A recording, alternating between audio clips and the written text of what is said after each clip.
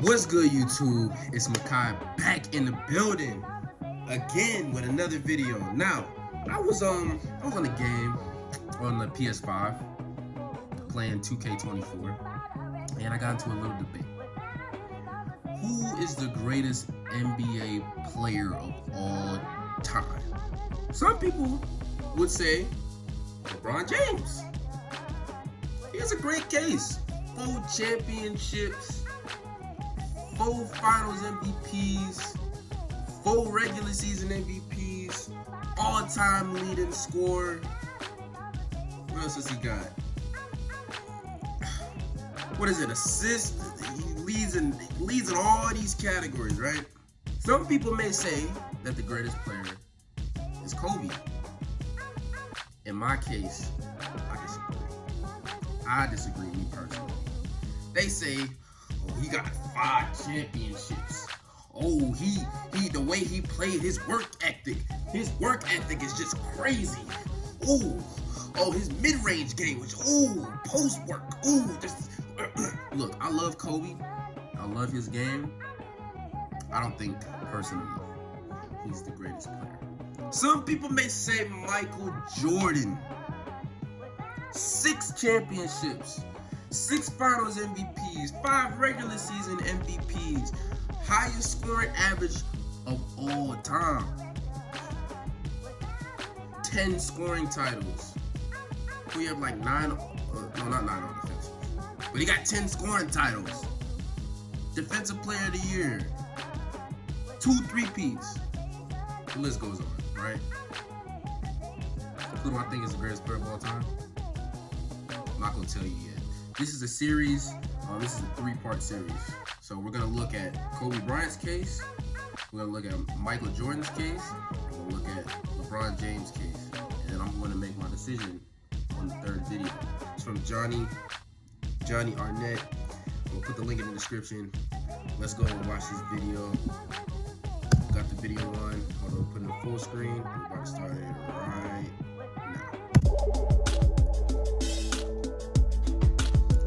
Intro's crazy. Love the intro.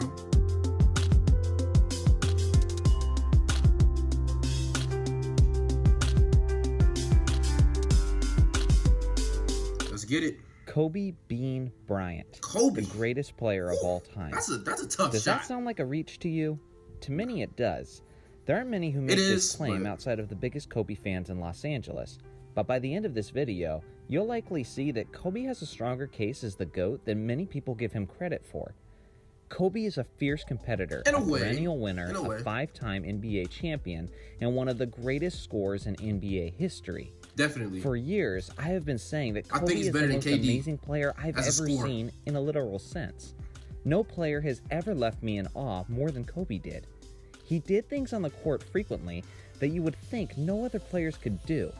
Incredible footwork, astonishing fundamentals to go along with his elite athleticism, a remarkable... Let me pause this right quick. I am just going to say that just because you can play through injury and perform and play through an injury, that just works on your case as your legacy, right? Because whenever I bring up the flu game, people kind of just discredit that and just say it doesn't really matter. It doesn't really matter. So if you're going to do that, all the games where Kobe has been injured and played through injury, all the games where LeBron has been injured and played through injury, I don't want to hear it, okay? And it kind of goes the same thing with LeBron, because LeBron, he plays these incredible games, and then when he loses, he comes back and then he just says, oh, I broke my hand, or I had a sprained ankle, or my knee was messed up or something. You know what I'm saying? But that's neither here nor there. Ability to focus on the task at hand and play through injuries that shouldn't be humanly possible, and the ability to frequently hit seemingly impossible shots, whether it was with multiple defenders on him, being off balance, being under contact, or from deep range, or all of the above. It didn't matter. Kobe could do it all offensively, and often did during his prime, just about every game he played. Okay. Kobe also has quite a resume from a statistical standpoint as well. Understandable. He's 4th on the NBA's all-time scoring list. He's made the most game-winning shots in NBA history. In 2006, he had the second greatest scoring performance in NBA history, Oh, the scoring 81? Okay. points against the Raptors. 81 has a good case. Just a month prior to that 81 has a game, great he did case. something that I think was arguably even more impressive when he scored 62 points in only 3 quarters against the Dallas Mavericks. That is impressive. An elite Mavericks team that was ranked 7th defensively and went on to the NBA Finals that season. Not only did Kobe score 62 and 3 quarters against one of the best teams in the league, but he actually outscored them through 3 quarters, 62 to 61. No player in NBA history has ever outscored the opposing team by himself.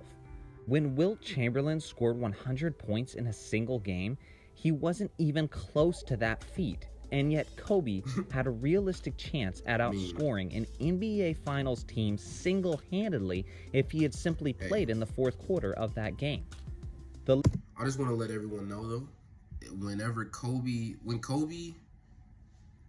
LeBron,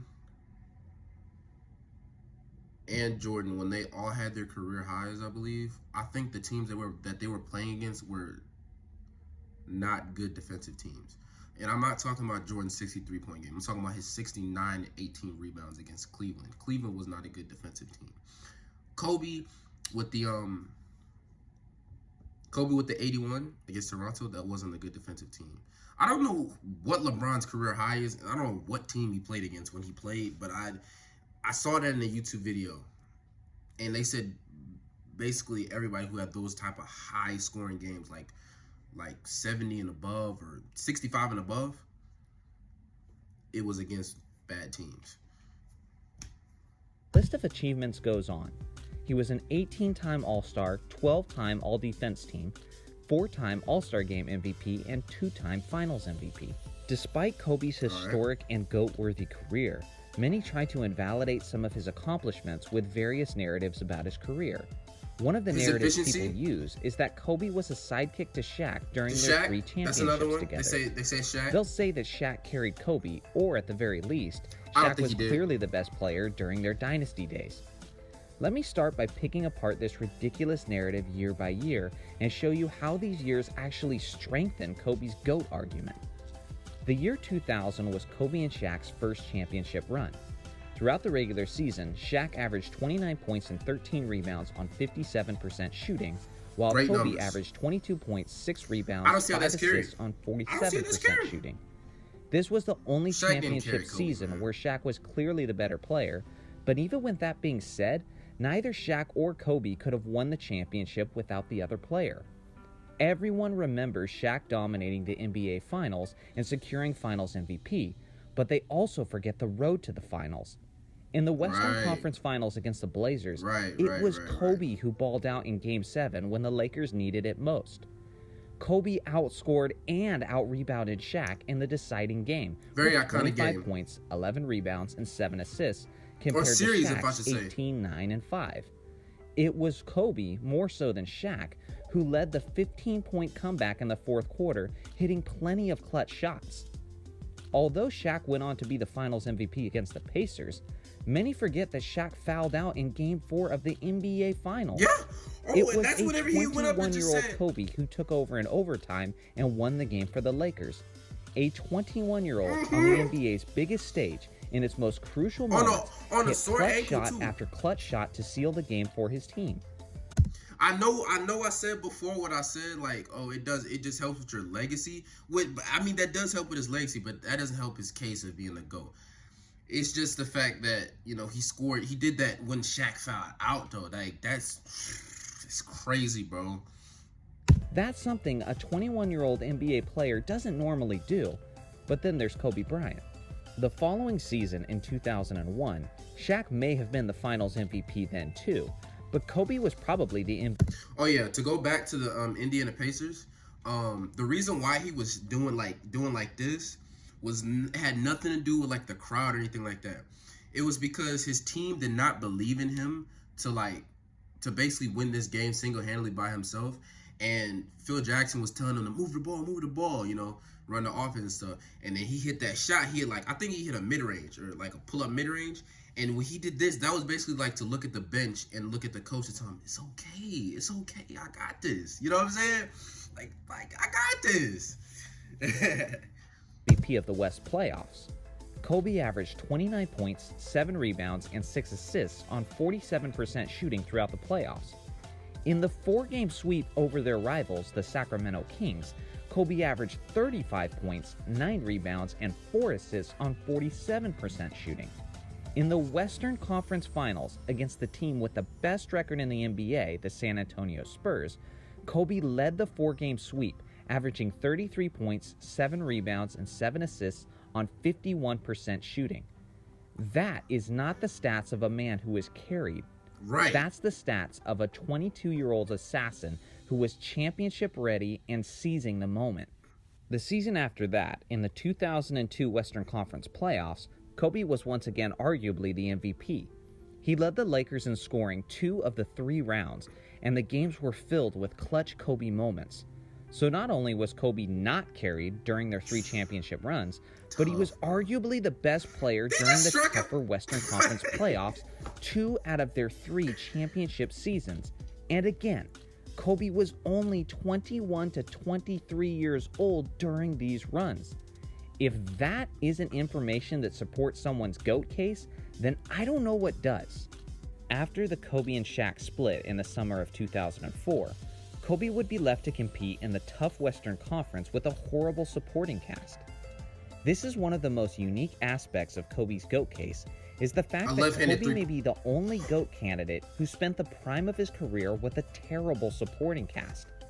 Over the next 3 years, Kobe's starting teammates would often be some combination of Lamar Odom, Smush Parker, Chucky Atkins, Luke Walton, Kwame Brown, and Chris Mim. Holy crap, talk about having to carry a franchise. Throughout those 3 years were some of Kobe's most historic moments. He scored 81 points, 62 and 3/4, 50 in 4 straight games, averaged 35 points, and so on. This was Kobe's best basketball of his career, but it was likely because it was the most motivated he had been in his entire career. With the recent split with Shaq, the narrative was present and growing stronger that Kobe could not win a championship without Shaq. A determined Kobe was desperate to destroy that narrative, but his opportunity didn't come until the Lakers secured Pau Gasol in a trade during the 07-08 season. It was then that the Lakers immediately started winning, made 3 straight trips to the finals, and won 2 more championships. Yes, sir. As crazy as this may sound, I personally don't think Kobe gets enough credit for the Lakers' 2 championship runs for his 4th and 5th ring. For one, how many players in NBA history have won multiple championships with 2 different rosters and with different co-stars? Magic didn't do it. He always had Kareem. Jordan didn't do it. He always had Pippen. Scotty? Duncan didn't do it. He had Manu and Parker for 4 of his 5 championships. Kobe did something that's never been done in modern NBA history. He won multiple NBA championships with a co-star, and then won another 2 multiple championships with another co-star. Okay. As great and amazing as Pau Gasol is, in his 6 years before joining Kobe's Lakers, he had never won a single playoff game in his career. Kobe and Pau made a great tandem, but let's not act like they were this superstar duo that was expected to dominate the NBA like Durant and Curry are, or like Wade and LeBron were. During Kobe's 3 straight finals appearances, Kobe beat 10 50-win teams in the playoffs. In neither of Jordan's 3 championship runs did he face as many 50-win teams. It took LeBron James his entire 8 straight finals appearances to match the amount of 50-win teams that Kobe beat in only 3 years. My point is essentially that Kobe won his 2 championships without Shaq against some of the toughest competition a superstar player has ever seen. Not only was the competition about as fierce as it gets, but Kobe had the deck stacked against him for his 2 championship runs. During the 08-09 championship season, just 50 games in, Andrew Bynum went down to a torn MCL. Despite the fact that their 3rd best player's season had been essentially ruined, Kobe still led the Lakers to win the championship that season. The following season, only 21 games in, Kobe fractured his index finger on his shooting hand. Rather than missing any time or receiving surgery on the finger, Kobe continued to play throughout the season with the broken finger. Even a broken and wrapped index finger on his shooting hand wasn't Never enough to understood stop that. Kobe from leading the Lakers to their second straight. So about that, Jordan also won a championship with a broken finger.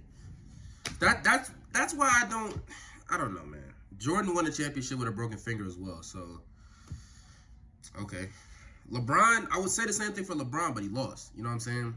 He had a broken hand, but you know he lost. Great championship. This is what makes Kobe so special. Players with broken bones aren't supposed to lead teams to success, but then there's Kobe Bryant. The reality is, Kobe's career was not supposed to be as legendary as it was. Not when you consider the fact that Kobe was almost always battling through significant injuries, he fought through a loaded Western Conference throughout his career, and he spent the prime of his career with a laughable supporting cast. Yet despite all of that, Kobe still comes out on top with legendary numbers and 5 championship rings. This is why Kobe Bryant is the greatest player of all time. Well, that's the end of the video. Woo! That's the end of the video. I hope you guys enjoyed it. Like I said, this is going to be a 3-part series because you got Kobe, you got LeBron, you got Jordan. So, Kobe, I mean, his case didn't really convince me that well. He's definitely one of the greatest players of all time. His legacy will continue to live on forever. Of course, you know, since he passed away tragically, rest in peace to Kobe Bryant and Gigi and everybody else on the plane. I mean, on the helicopter crash. But his legacy will continue to live on. But I honestly do not think that Kobe Bryant is the greatest player of all time. No, I disagree. Honestly, because, you know, I honestly just think even though a big dent in it had to do with him playing with Shaq. Even though he didn't get carried, you know, it was a tit for tat thing going on. Because Shaq was clearly the better player, but he didn't get carried. Shaq was clearly the better player than Kobe Bryant during those 3 years. And plus, Kobe Bryant didn't get no Finals MVPs that time in those 3 or anything like that. Bro. So that plays a big dent. So other than that, you just got those 2 championships. And yeah, man. And then a lot of it had to do with the fact that he kind of wasted some of his prime. Being with the Lakers even after Shaq left. I mean, granted, he did request for a trade. He specifically wanted to go to the Bulls, but the Lakers gave him pieces to win another championship, so that's why he didn't leave. His career kind of got cut short because in 2013, he suffered a Achilles tear. So, I mean, after that, that's like a death sentence for an NBA player. When Kobe came back, he wasn't the same. Like, he wasn't that same killer Kobe. He was Kobe Bryant, but he wasn't the Black Mamba. You know what I'm saying? So, I mean, it's stuff that you have to put into account about that. But other than that, man, I hope you guys enjoyed the video. Sorry for rambling. I will see y'all in the next video. We'll be posting more beats. We'll post more videos. Stay tuned for that. Till next time.